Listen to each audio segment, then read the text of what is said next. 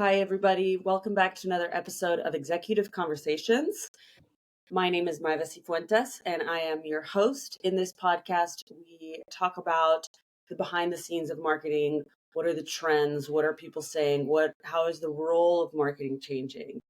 And today I am excited to speak to Janet Jaiswal, who is CMO at Blueshift and has had many experiences as a CMO at other companies and a VP of marketing. And she just has a lot of experience also as a marketing advisor.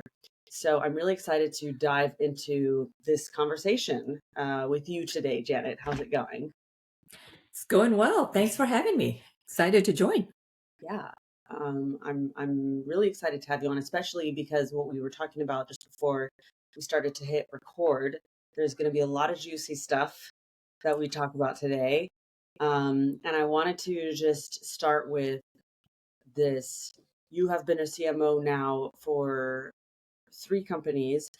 Your first CMO role, what year did that start? Gosh, it's been a while. 2014? I don't remember. Oh, lots of Yeah. Yeah. in this time. And we've been having a lot of conversations lately about how the role of marketing has changed, how there are a lot of organizations that are, I want to say,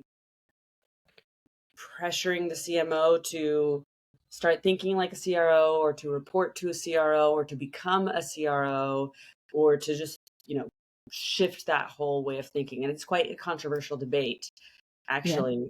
Yeah. I would love to hear your experience and your take on that. Sure. Yeah. You know, uh, I there's definitely the move to own more of the revenue and the pipeline.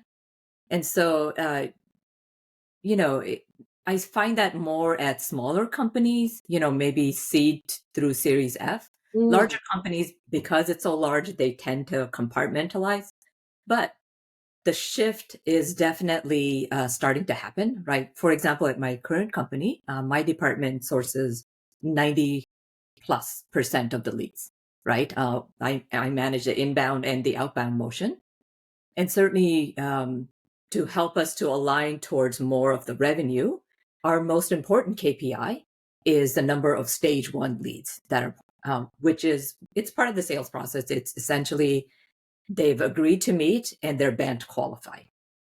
So budget, authority, needs, and timing. And so that's how we get measured. It's, the old measurement of MQLs. We certainly still use that, but that's more internally for us to see, are we on track to hit stage zero and then stage one? The stage one by far is how we're measured. And so as a result, we spend, much more time on sales enablement, right? To ensure that the leads are converting, and throughout the pipeline, they're converting from each stage to closed won, closed lost. And I think that's a good thing because that helps us to not, be on the hamster wheel of constantly delivering leads if we can help our sales brothers and sisters to convert more of that. We also spend a lot more time enabling the CSMs, so the customer success managers for cross-sell, upsell, and definitely on customer marketing. And so in reality, it forces the marketing, sales, and CSM functions to be aligned even more. And I, for one, like that. I think that's a good thing. But yeah, there's definitely that shift that I've been seeing over time, and especially in today's economy, there's definitely a lot more of that happening. mhm. It just occurred to me while you were saying that the marketers are shifting more to revenue, as in having to help sales, and as you said, having to help CS. So it's the Mhm. whole life cycle. Do you see CS having to help marketing and sales having to help marketing and CS as well? Is everybody kind of owning it, or is this responsibility being placed more on marketing? I think the shift that I've seen is that marketing is more now shifting and spending more time in those roles than maybe traditionally. Certainly there's collaboration, but I think the change has impacted marketing more than it has impacted sales or CS. Yeah. at least in my experience. Is this a shift you welcome? I like that we're better aligned. Never, or I shouldn't say never. In my earlier on in my career, definitely I focused more on just plain marketing. But over time, especially as in more of a senior role, you have to look at the whole go-to-market motion. Like you can't do it in isolation. You can't be just focus only on marketing and say, okay, I've met my goals. I'm gonna push the leads over, and they're gonna have to worry about it, or sales. I, I think that alignment helps the company, and it helps us to make sure that we're focused only on those activities that really deliver. It doesn't mean that all of what marketing does is only focused on revenue, or direct revenue, I should say. There's brand building, there's thought leadership, which is more of a long term aspect. So, but the alignment, I think, is a healthy one. Is it challenging? Absolutely. Right. This is a shift in the mindset. And this is, kind of back to the reason why the CMO's tenure is shorter than the CEO, which used to be the shortest tenure. It's because it's hard to measure, right? Hmm. Like in sales, it's really easy. Did you hit your pipeline goals? Did you bring in X amount of revenue? Whereas in marketing, is it share of voice and brand awareness? Is it revenue? Is it retention? So it does make it challenging in that, depending on what is most important for the CEO, the marketer may be measured according to a certain goal, and they may not even be aware of it, because there are so many. There's no consensus in one measure or one or two. It's kind of like, depending on what the needs of the company, what stage they're at, that measure could change. And so I do think there is a bit of job hazard, if you will, but it's something that it has been there for quite some time. And you mentioned earlier as well that you feel that the lead scoring model has shifted, or that the concept of its value has shifted. Yeah, yeah, yes, definitely. So, um, you know, uh, MQL stage 0 and stage 1 is what we use. So MQL is marketing qualified leads. Stage 0, they've agreed to meet. Stage 1 is, not only have they agreed to meet, but they are BANT qualified. So those are kind of our most important ones, revenue wise, right? So there are definitely other um, KPIs, but but those are the ones related to lead scoring. So we do have pressure to make sure that each stage is measured well, right? So now we're chasing after sales to make sure they're following up on the leads.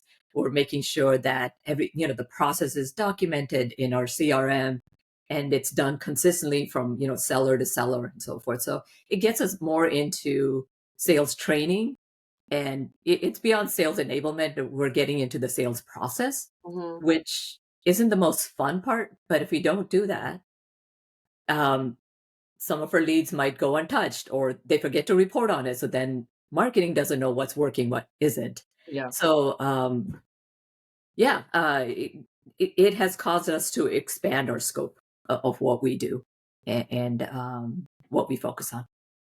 So that's your experience at Blueshift, but you're also seeing this and advising on this with some of your clients. Yeah, what I'm seeing is, as so the companies I advise vary from C to Series F.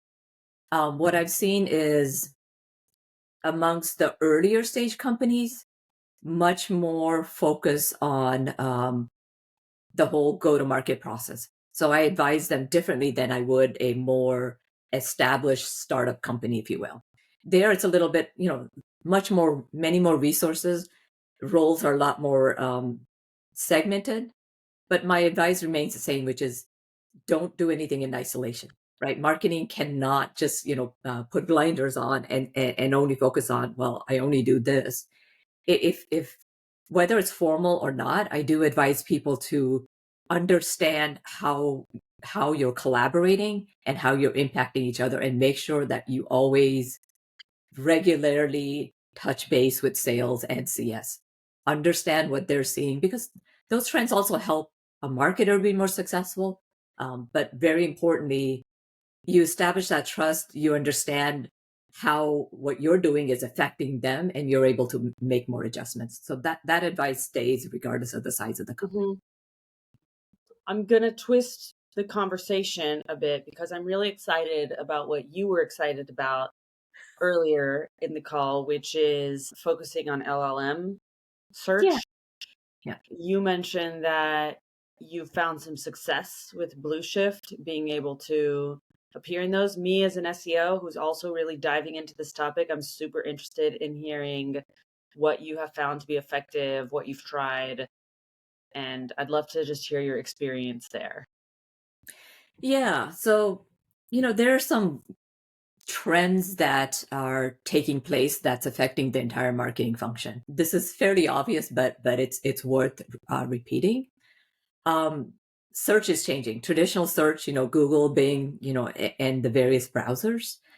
Um, those AI summaries that they put up on top, recent studies from companies like Ahrefs is showing that about a third of the traffic is um, being lost, if you will. Instead of going through the page of search results, they're going to the AI summary. Yeah. And so that means that, if you're in position 2 and 3, you might get pushed to the very bottom because there's advertising on those pages, right? So all of a sudden, organic search placement, which is still very important, but it's not bringing the results that it used to. We're actually, and let me caveat that the decline varies from company to company, depending on the quality and the relevancy of that content, and then the impact of the latest Google search algorithm, right? So sometimes people see some trends, it might coincide with an algorithm, but bottom line is traffic is being moved to AI search and large language model search, right? So the ChatGPTs and Claudes of the world. I think it was Search Engine Land. They reported that Google search traffic dipped below 90% for the first time in 10 years. It's always been, going up, but for the first time, and I think it was the last 3 quarters of 2024, but it dipped below 90%. And so where did that shift go? It went to the LLM based search. Bing also benefited a little bit, but the bottom line is people are searching on, the chat GPTs of the world, especially the younger generation Y and Z. They start on chat GPT. They're no longer going to, going to Google search to go find their stuff. And so as you can imagine, this is having pretty big ripple effects. So what we started doing at Blueshift is understanding better, how traditional search is changing, and then what are the activities that will help us to place well on LLMs. And so some of the things we did is, the traditional robots.txt file, we Mhm. made sure that we modified it such that our site is now searchable by LLMs. So people may not know it, but you have to give it explicit permission. Yes, you can index my site.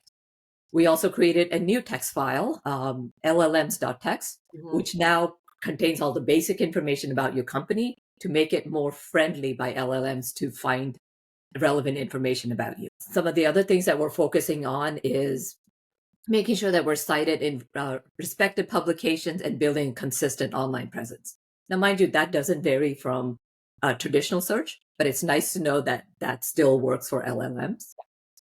And then one of the biggest changes we've made is, how in like Google search, for example, you search and you put in keywords. Well, in LLMs, people are asking questions. They're forming it in the form of a question, a long sentence, if you will, right? So long form Q&A. And so we started shifting a lot of our content to be phrased like a series of questions based on the intent that a visitor might have with that content. Other things we're doing is making it easier for LLMs to understand video and podcast content by making sure that we include transcripts, Mhm. right? So, because as far as we know, crawlers can't yet parse audio files. I think it's a matter of time before they will. But for right now, that does make it easier for LLMs to find things. And so the big caveat with some of the changes we're making is we know that the things are changing very quickly. right? What was true today may or may not be true 2 weeks from now, right? So we're constantly discovering new strategies and we're constantly adjusting. But what is very clear is that the two search differently, right? Search ranking prioritizes authority, but AI models weigh relevance above all else, right? The LLMs interpret user intent, as a sequence of questions that ultimately align with the user's ultimate goal. So it's no longer a simple keyword match. So we are adjusting a lot of those things. But the good news is traditional search and all of those core fundamentals, they are still important. It's And they not like benefit, they've gone away. they benefit as well from what you're doing. Exactly, exactly. So we're making sure that, we have good backlinks, we have good domain authority, and so forth. Definitely LLMs depend more on credible citations, and they look at other, user-generated content like Reddit, GitHub. There's a whole bunch, right? Those are just the ones that come top of mind. So they look at those, they look at review sites and so forth. But the big difference is that LLMs are starting to interpret user intent, not just what they're based on the questions that they're asking, not just on certain keywords. Mm-hmm. And so you want to make sure that you have high quality content, proprietary data, right? Original data, LLMs love that. Case studies, research, videos, all of that stuff still is important. And it is something that goes back to underlying the importance of traditional SEO search, right? Those things haven't gone away. There's just some new things you have to do Mm-hmm. on top of that. Have you been able to isolate anything and see if one of these is particularly effective? Yeah, you know what? The space is so new and it's evolving so much that we can't say, oh, do this one thing and this will bring the biggest benefit. Mm-hmm. And so what we're doing is we're kind of we're examining each strategy and vetting it through other folks that are experts um, to make sure that it's not just to make sure that more than a few people say, yeah, this is something to do, but no one really knows for right now. But what we will tell you is that we are starting to get not just leads but pipeline from LLMs. So we've asked some folks, hey, how did you find us? And they're like, yeah, I searched on ChatGPT, and we're like, really? Yeah. So that was really what caused us to pay even more attention, is because we are starting to get pipeline, like really good qualified traffic. I'm quite interested in how you may or may not be setting goals around this because I know you have a lot of things that you're doing. Do you have any concrete goals that you set regarding LLMs and the result you might get from them? Not right now, but we are tracking it, and we are seeing that where we can find out, where we can ask a prospect, how did you find out about us? Because the UTM codes doesn't show us where they came from. We're able to assess that, but we don't really have a way to identify if they're coming from LLMs versus they just typed it in directly. So it's not quite at a point where you can measure it and know. So it's hard for us to set goals, but we do know that we're all in. Like, we are investing more time in that, because here's the one thing that is an advantage if you're in a smaller company. LLMs don't care if you're a large company or if you're a small company. They care, does the are the results and recommendations I'm making relevant to that user's intent? So it kind of levels the playing field a little bit. And so what that does is puts the pressure on not just building your brand, but building good quality and making sure that what you have is discoverable. Yes, I have seen a study by Kevin Indig that found that the most important indicator of LLM visibility was branded search volume. So, how many people search for your brand per month? Mhm. I think there is potentially an influence of size of your brand, Mhm. depending on the industry that you're in. So, Fair, fair. I suppose if you're a CRM, for example, it's still really hard to compete against HubSpot, Salesforce, also in LLMs, just like it is in SEO, probably even more in LLMs because of the brand size. Although both of those also invest quite heavily in SEO. When you brought this to your team, to leadership, I guess it's something that they must all be interested in seeing as well, right? It's not something you have to convince them to try. No, no. I mean, we're all seeing it. Everybody in our company. I mean, we're in. Our offering has AI in it, right? Predictive, generative, as well as agentic AI. So, I mean, we're not AI first, but we have had AI built into our product for about 8 years, right? Long before generative AI became exciting. So as you can imagine, everybody in the company is very comfortable and familiar with it. And so, yeah, everybody's looking at it from their point of view. So yeah. It's such an exciting area that's growing and changing all the time. Like you literally, I spend, we all spend time and we share with each other what we've learned because there's so much happening. It's fast as well, and it's still kind of black box, like you mentioned. It's really hard to see on the other side of what exactly prompts are coming up. You don't really get that much data about what's working or what's not working. So it's a bit like the dark social Yeah. where you say, okay, I just need to show up in here. I'm curious, actually, just one last question. When you are trying to optimize for this, is your main, so I know you didn't set a goal, but in your mind, are you mostly trying to appear in a list of brands if somebody is looking for something and they name brands? Or are you also trying to get informational content or get cited on some of your other types of content? Are both a goal, or how are you looking at that? Yeah, they're both a goal. So here's something that we are seeing. Certainly the 800-pound gorillas, in our industry will always get named, or they're already top of mind. So you don't need an LLM to say that. But what the LLMs do if we do our job well is we get surfaced on that list of companies that are recommended along with the 800-pound gorillas.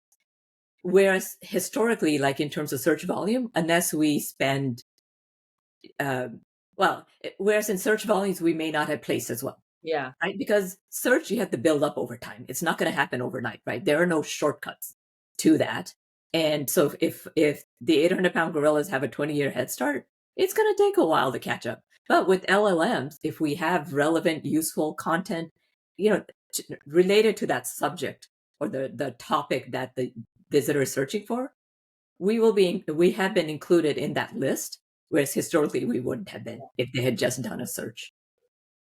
Yeah. I love that. We'll have to revisit in a year and see where you're at, see what kind of goals you might be setting around it. Who knows where the world is going to be by then. Exactly. Janet, this has been great. I've really enjoyed speaking to you today. Oh, likewise. This was a lot of fun. Yeah. And for those who are listening, if you like it, connect with Janet on LinkedIn. Give this episode a like. Let us know that you saw it, and we will see you next time.